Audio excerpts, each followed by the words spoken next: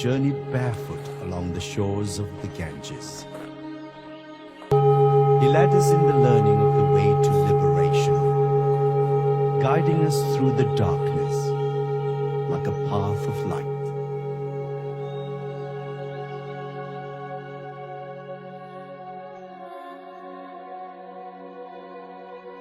The Buddha was born a prince of the Sakya clan and was named Siddhartha. At birth, a sage predicted that he would grow up to become a great holy king who would unify the world. As the future ruler of the Sakya clan, Prince Siddhartha lived a luxurious life of comfort and pleasure in the palace. However, in search of the great way of liberation, to save all sentient beings from the cycle of birth and death, Siddhartha left the palace on a white horse.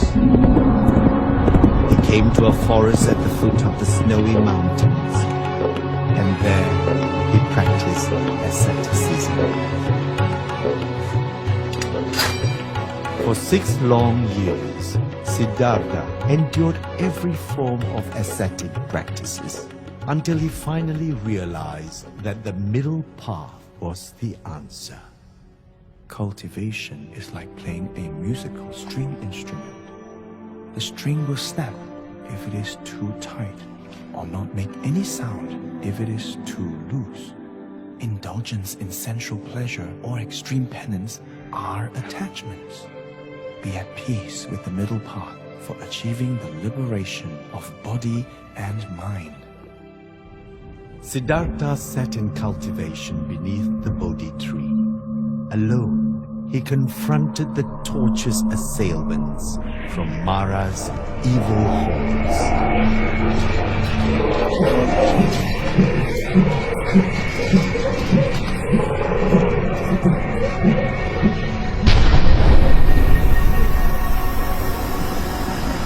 The earth is my witness.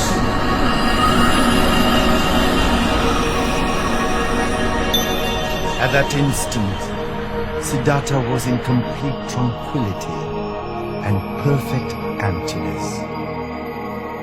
He was enlightened and he became the Buddha. Strange indeed. All sentient beings exist with a Buddha nature, but it is suppressed by vexation and delusion. I wish to be humble. I am not enslaved by fame and wealth. I have come to spread the Dharma, to free all sentient beings from the sea of samsara. Your Majesty, as a king, you should love your people as your own children. A king should not oppress the people. Life should be valued equally, as nothing is more honorable than life itself. Whatever the hierarchy, every person has an inner self that can shine forth.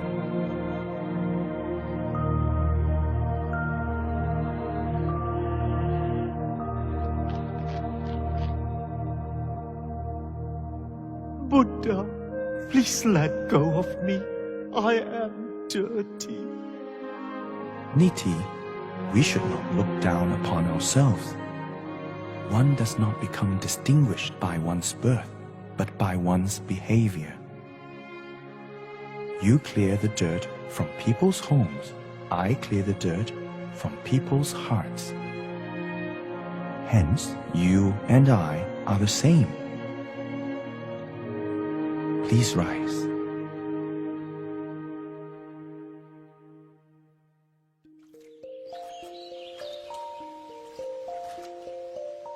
Rahula, is the water in this basin drinkable? Of course not. You are just like the water in this basin, essentially clean, but as you persistently tell lies, you become tainted. No one will cherish you.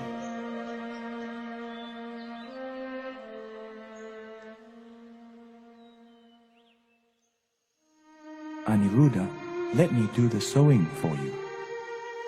Neither the disciples nor the sentient beings have I ever considered as mine. I am but just a member of the Sangha.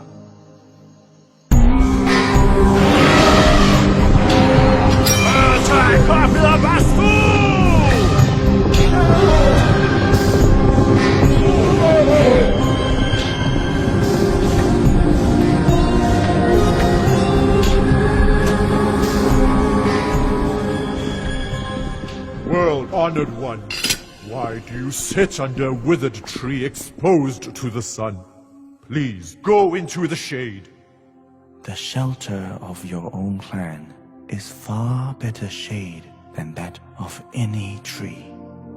Your Majesty, can you not feel it? Since enlightenment, I've shown you the Noble Eightfold Path. Right understanding, right thought, right speech, right action, right livelihood, right effort, right mindfulness, and right concentration. I have never wearied of teaching the Dharma. The Buddha was born in a palace. While still in his youth, he became a monk. He attained enlightenment under a Bodhi tree.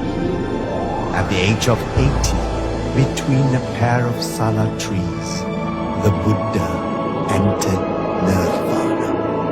I have delivered all the sentient beings I could, and have planted the seeds of deliverance for those who have yet to be delivered. Let the precepts be your teacher, and my teachings your guide, and I will be with you